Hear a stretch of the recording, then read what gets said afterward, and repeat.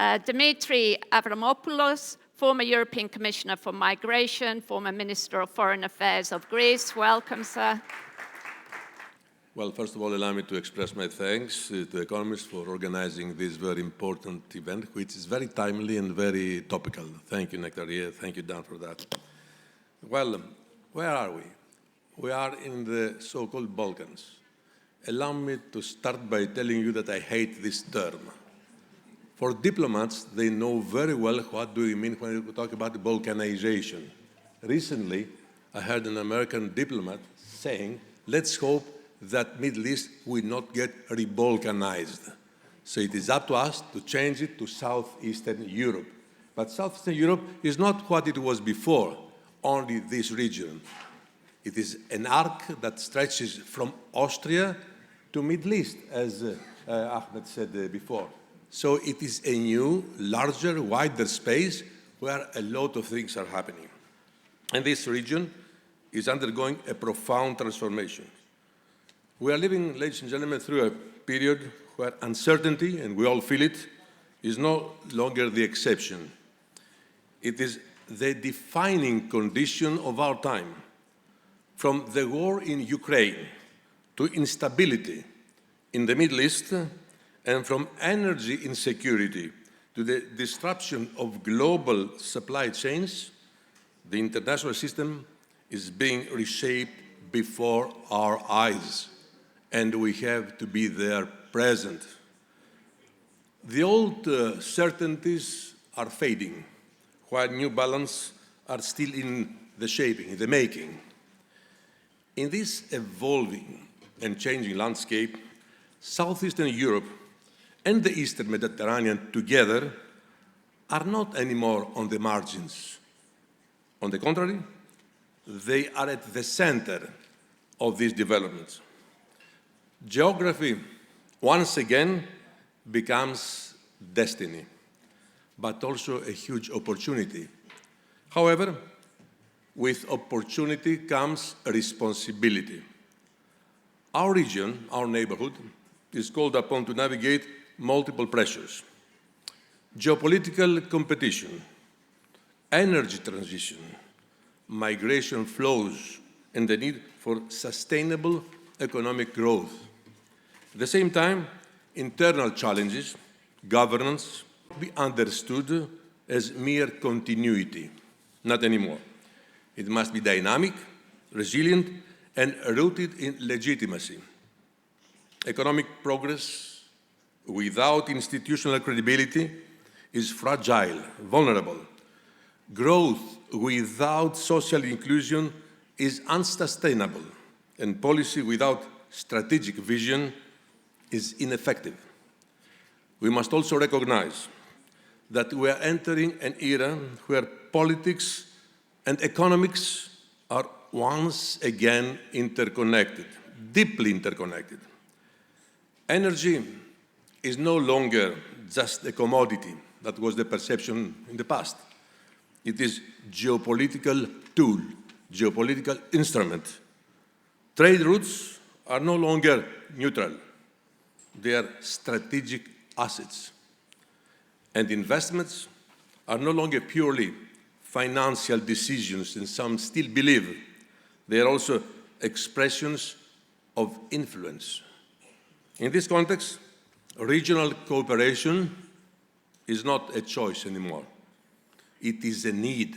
It is a necessity. We need to move beyond fragmented approaches and build frameworks of trust, connectivity, enhancing energy interdependence, and fostering innovation. At the same time, Europe must redefine its role. Strategic autonomy is not about isolation.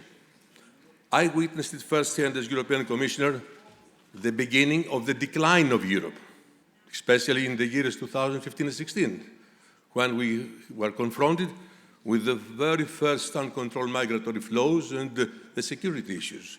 And that's where I noticed that fragmentation started, which is unfortunately continuing. So it is about the capacity to act, to protect its interests, and to contribute meaningful to global stability. Allow me to conclude with a simple thought. In times of uncertainty, leadership is not measured by the absence of crisis, but by the ability to navigate them with clarity, responsibility, and vision. Our region has known challenges before.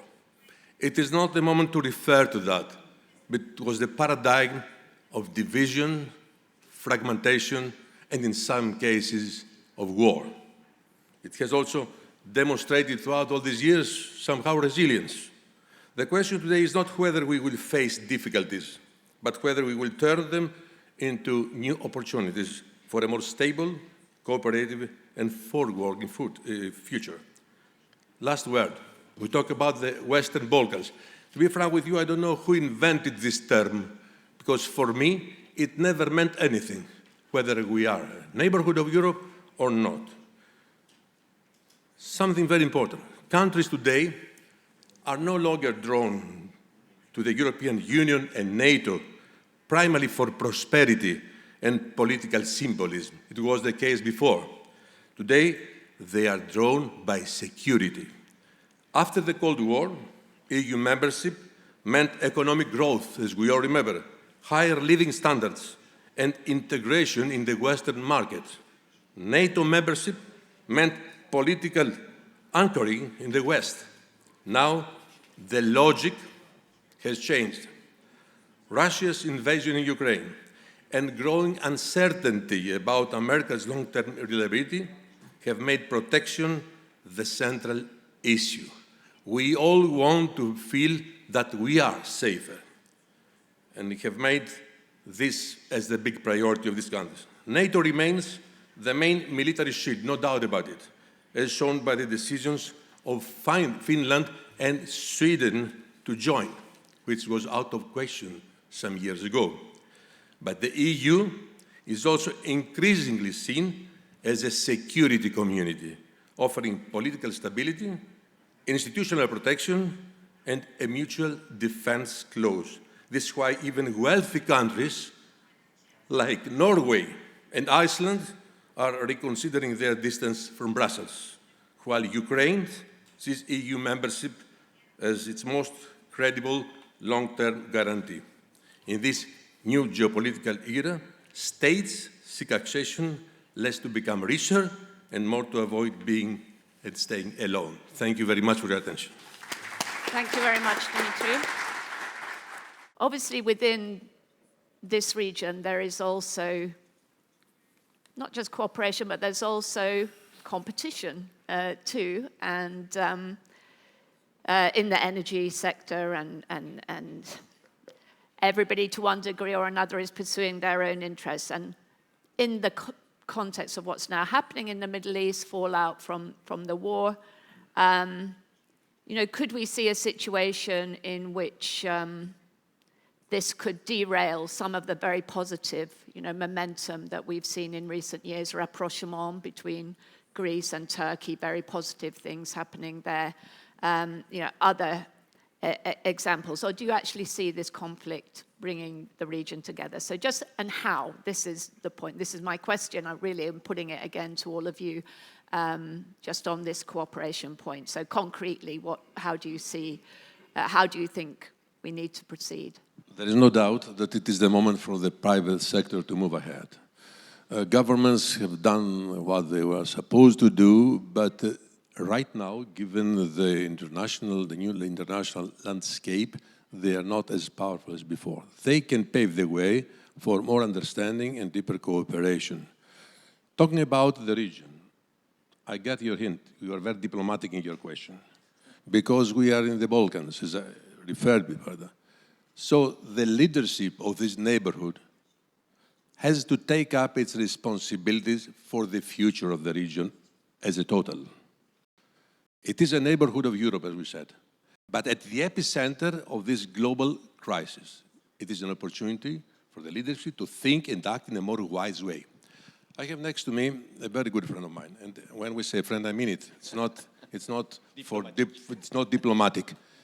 In the past, we have met many times. when we were talking about our bilateral issues with Ahmed Davutoglu, the context was the larger neighborhood. It was not limited only on what are the rivalries or the problems between Greece and Turkey. So we're all thinking of how can we create a stable environment. But there is also a but. Besides what's happening along the world, because as Jeff said before, the consequences and the impact in the long term of the war in Iran are there already.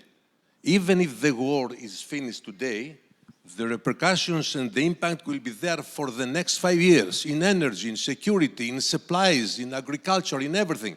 So the world is disrupted. So this neighborhood has to take up its responsibilities. What's the problem in the region?